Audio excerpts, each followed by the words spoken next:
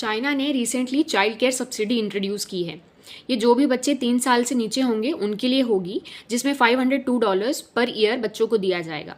लेकिन इस बार खास बात यह है कि ये सिर्फ फर्स्ट और सेकंड चाइल्ड के लिए नहीं है, ये उसके आगे भी है। अब ऐसी क्या ज़रूरत है कि चाइना ने पहले भी सब्सिडी दी है और दे रहे हैं आगे। एक्चुअली पहले चाइना ने टैक्स की भी सब्सिडी दी थी, जिसमें जो कपल्स हैं अगर वो और ज़्यादा उनके चिल्ड्रन होते हैं या बच्चे उनके और होते हैं तो उनको टैक्स में रिबेट मिलेगी या इनकम टैक्स उनको नहीं देना पड़ेगा। उसके अलावा भी उनको पहले कई सब्सिडीज़ दी थी और ये फिर से एक बार दे रहे हैं। एक्चुअली अगर पहले देखें तो हम सभी जानते हैं कि चाइना की थी वन चाइल्ड पॉलिसी, जिसको उन्होंने थोड़े मतलब पॉज कर दिया था या कह सकते हैं हटा दिया था 2016 में। लेकिन 2016 के कंपैरिजन में अगर हम देखें अब 2024 ये स्ट्रेट ऐसा थर्ड ईयर है जहां पे चाइना का जो बर्थ रेट है ये 2016 के मुकाबले ऑलमोस्ट हाफ हो गया है और ये एक ग्रोइंग कंसर्न है चाइना के लिए।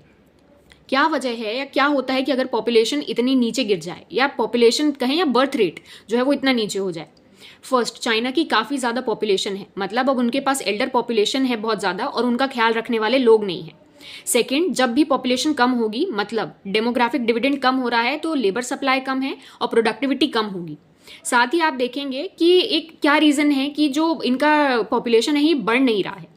इसमें यह है कि जो चाइना के जो नए कपल्स हैं वो ये देख रहे हैं कि अब इनकी जो रेजिंग कॉस्ट ऑफ लिविंग है ये बहुत ज़्यादा है, इवन जो चाइल्ड रेजिंग कॉस्ट है वो भी बहुत ज़्यादा है।